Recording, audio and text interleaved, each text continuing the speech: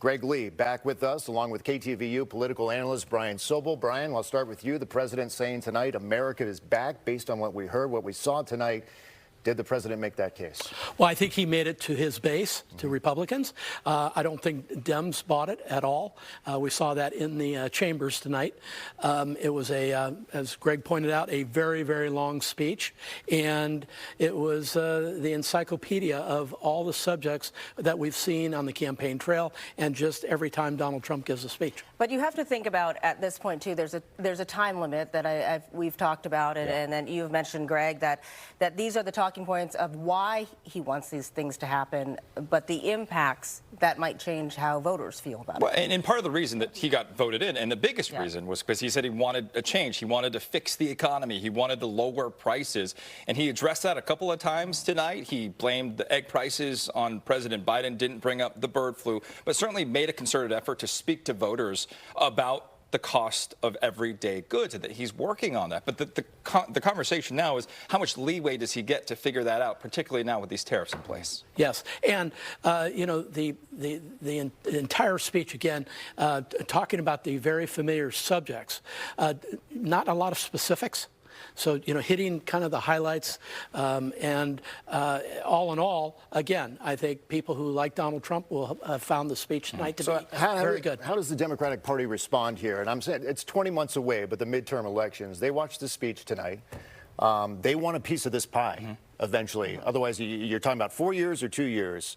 What do you think, Brian? Democrats, what do they do right now? Well, Democrats have to come up with some leaders that people around the country can get behind. I think the party drifted too far left, too progressive. Donald Trump took advantage of that. He made a reference in the speech tonight to the fact that the American public elected him to make change, and he's making them, which is akin to when Barack Obama years ago said elections have consequences. This is what America in the majority wanted. So what's the next big event? I mean, we're talking about the budget coming up and a government shutdown, and that will change things as well. Or is it the tariffs that we're going to be focused on first, and really reciprocal tariffs?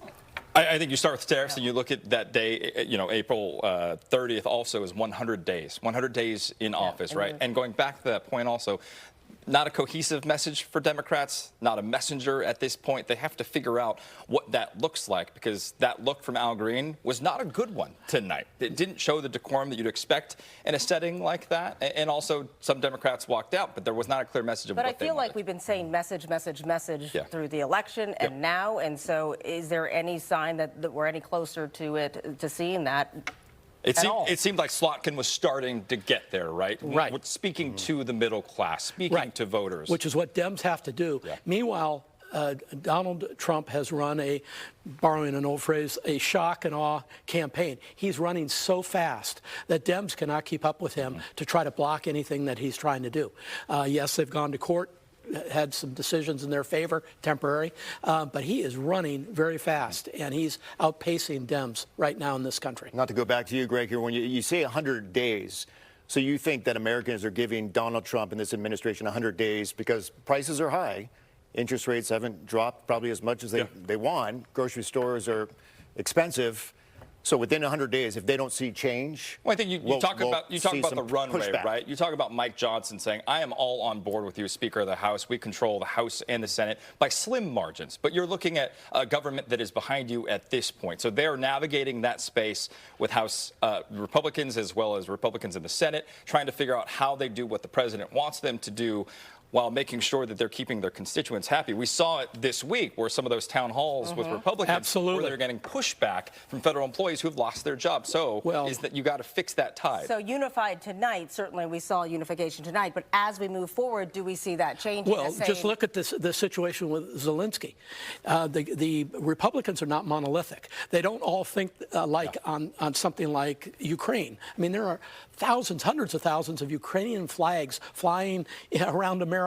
People care about Ukraine, and they don't necessarily agree with the president on Ukraine, and not all Republicans do either. So those are the kinds of divisive issues that actually pull people apart. And Donald Trump's mission is to try to keep everybody together. Because the midterms are coming up, and individually in those districts, they do not like what's happening. It'll show. Right, it'll show up. Brian, appreciate the conversation. Absolutely. All right, thank you.